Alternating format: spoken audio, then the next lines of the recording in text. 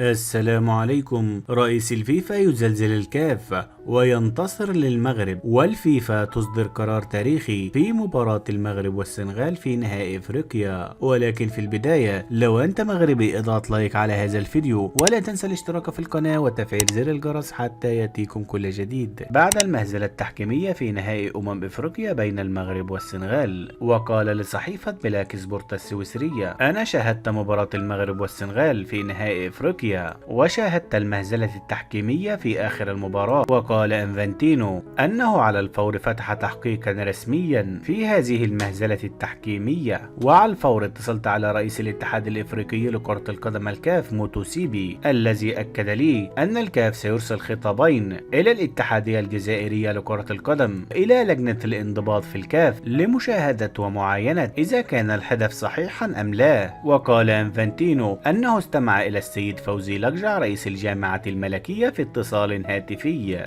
وأكد لي أن المغرب أرسلت خطابا رسميا إلى الاتحاد الدولي لكرة القدم الفيفا حتى ينظر في الشكوى المقدمة له. وتعهد انفانتينو لرئيس الجامعة الملكية بأنه وكل رئيس لجنة الحكام للنظر في الشكوى المقدمة من الجامعة الملكية. وقال انفانتينو أنه هنأ السيد فوزي لقجع بوصول الوداد المغربي إلى المباراة النهائية. وقال انفانتينو: أنا شاهدت مباراة الوداد وسان داونز، والوداد لعب مباراة كبيرة أمام سان داونز، وهذه المرة الثانية على التوالي. ففي المرة الأولى حصل الوداد على نهائي افريقيا، والوداد الآن في المباراة النهائية وأمام خصم عنيد. وتعهد انفانتينو للسيد فوزي لقجع بأن المباراة النهائية ستلعب في مركب محمد الخامس، وهذه المفاجأة أقدمها للشعب المغربي بعد الأداء الجيد في مونديال قطر 2022 وحصول المغرب على المركز الرابع. وقال انفانتينو: أنا داعم جيد للمغرب، إن المغرب تدير البطولات الكبرى بحرفية عالية وتنظم البطولات بشكل حضاري عالي لم نره أبدا في إفريقيا. وقال انفانتينو أن المغرب تطمح أن تنظم كأس العالم 2030، فهذه النسخة ستكون في إفريقيا. وختم انفانتينو قوله باعتذار للشعب المغربي العظيم، وتعهد مرة ثانية بمكافحة الفساد في إفريقيا وخاصة التلاعب في المباريات، وسوف نحاسب كل من تدين نفسه في التلاعب في مشاعر الشعوب،